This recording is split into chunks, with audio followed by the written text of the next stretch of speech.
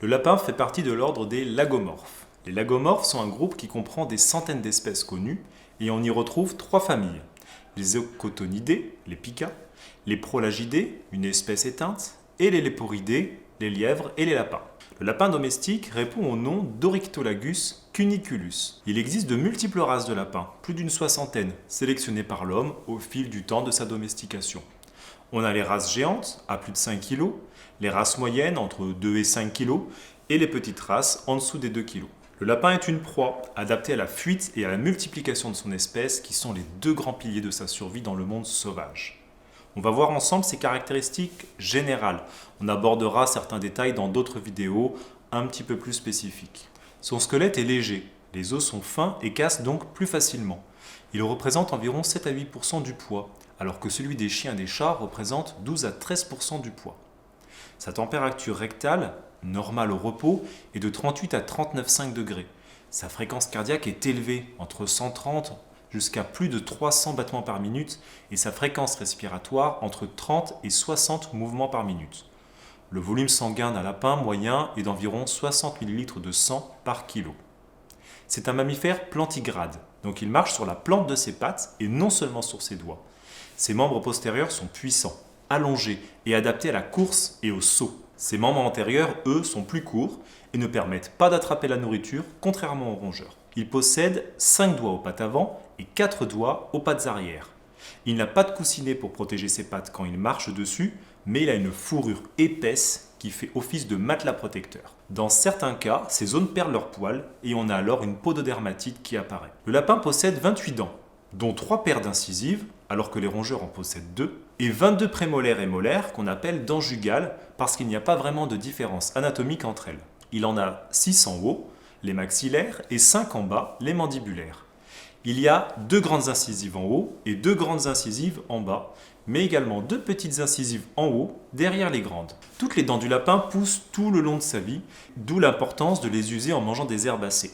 Une dentition à croissance continue, comme chez le lapin, est appelée élodonte. Il n'y a pas de vraies racines où on parle de racines ouvertes. Le bourgeon dentaire reste actif toute la vie. On parle donc de racines par abus de langage, mais on devrait parler de couronne de réserve. Pour faire simple, on va rester sur racines. Est-ce que le lapro possède des dents de lait? La réponse est oui. On parle de dents lactéales et on dit que le lapin est un diphyodonte car il possède ces deux types de dentition. Il existe 16 dents lactéales, 6 incisives et 10 dents jugales. Parmi les 6 incisives, les 4 grandes sont d'office définitives et les autres dents lactéales sont remplacées par des dents définitives progressivement. À 1 mois environ, plus ou moins une semaine, le lapro possède en général toutes ses dents définitives. Mais la perte des dents lactéales commence bien avant déjà, in utero, lorsque c'est un fœtus. Le lapin ne peut respirer de façon naturelle que par le nez. Cette respiration nasale stricte est due à l'anatomie du fond de sa gorge. Il ne peut pas non plus vomir, ce qui peut être un problème en cas de surcharge de l'estomac. La cavité thoracique du lapin est proportionnellement plus petite qu'un carnivore. Si en plus la respiration est nasale stricte, on comprend pourquoi les maladies respiratoires sont fréquentes dans cette espèce et qu'il faut faire attention à la qualité de l'air ambiant. À la différence de beaucoup d'autres espèces, le lapin garde son thymus toute sa vie. Le thymus est un organe lymphoïde, c'est-à-dire qu'il participe à la fonction immunitaire, les défenses de l'organisme. Il est parfois le lieu de maladies, en général tumorales. Et comme il est juste en avant du cœur et accolé au poumon, une tumeur du thymus peut engendrer des gènes cardio-pulmonaires. Parlons de son cœur justement. Chez le lapin, le cœur est petit. Comme pour le squelette, comparativement au chien, chez qui le cœur représente 0,7% du poids, le lapin, lui, est à 0,3%. Le muscle du cœur, le myocarde, est irrigué et nourri par le sang des artères coronaires. Chez le lapin, cette circulation est limitée et les coronaires peuvent vite se contracter à cause d'un stress intense. Si le cœur n'est plus irrigué, il entre en ischémie, manque d'oxygène et s'arrête. C'est la fameuse crise cardiaque du lapin. Bon, on va passer de l'autre côté du diaphragme et on se retrouve dans la cavité abdominale. Là, le lapin est bien développé. On y retrouve la masse digestive qui prend quasiment toute la place. L'estomac représente 15% du tractus digestif. Son pH est acide, de 1 à 2, ce qui tue tous les micro-organismes. Il n'est jamais vide et se remplit à plus de 50% après le repas.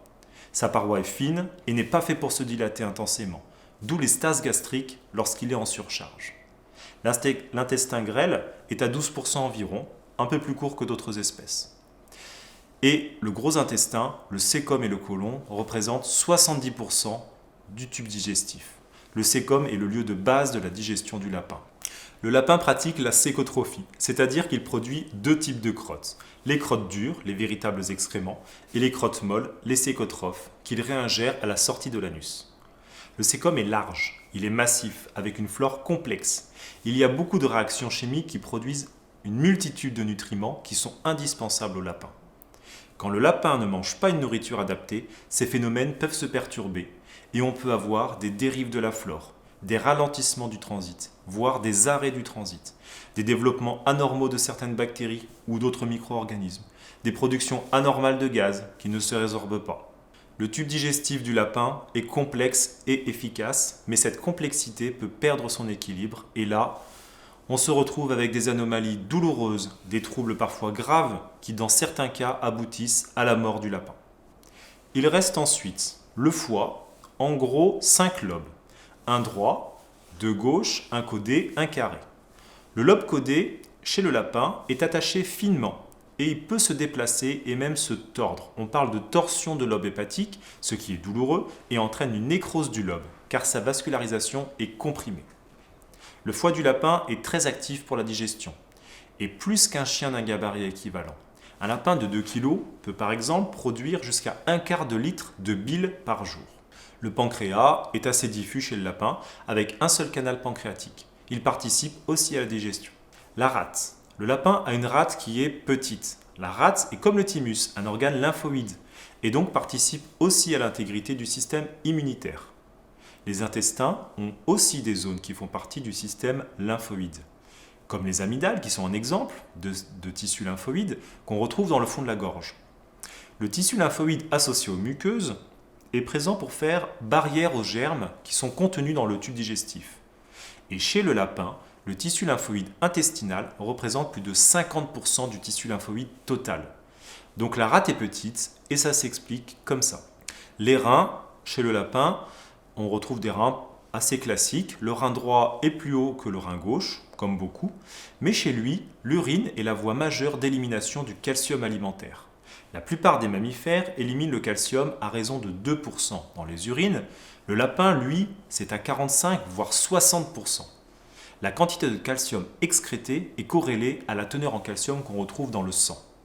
Si les urines sont trop chargées en calcium, ou si le lapin est déshydraté, elles peuvent devenir visqueuses, elles peuvent devenir pâteuses et cela provoquer de graves troubles. Les urines du lapin sont souvent colorées.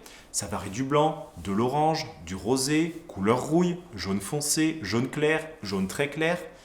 Les pigments de porphyrine donnent cette couleur rouge orangée aux urines qui est parfois confondue avec du sang. Ce n'est pas anormal. Ces pigments peuvent provenir de végétaux ingérés ou synthétisés par le corps. Le lapin est un mammifère placentaire. La lapine possède un ovaire à droite, un ovaire à gauche, 2 cornes utérines qui se rejoignent et chaque corne a son col utérin propre. La graisse accolée à l'utérus est très développée. Puis on a le vagin qui est large. L'urètre de la lapine débouche dedans et à l'échographie, on peut voir un vagin dilaté par du liquide qui est en fait de l'urine. L'utérus est souvent sujet au cancer et les risques apparaissent vraiment vers 3-4 ans, d'où l'intérêt réel de la stérilisation. Les testicules du mâle sont dans des bourses distinctes, à gauche et à droite du pénis, en forme de V. Et le canal inguinal, qui est le tunnel où passent les cordons testiculaires, reste ouvert. Donc les testicules peuvent repasser vers la cavité abdominale et il arrive qu'à l'inverse, la vessie puisse s'engager par un de ces canaux dans une des bourses testiculaires. On parle de hernie inguinale. Voilà, c'était un petit tour du lapin qui, par ses particularités, est vraiment à part dans le règne animal. Je vous dis à bientôt pour d'autres vidéos.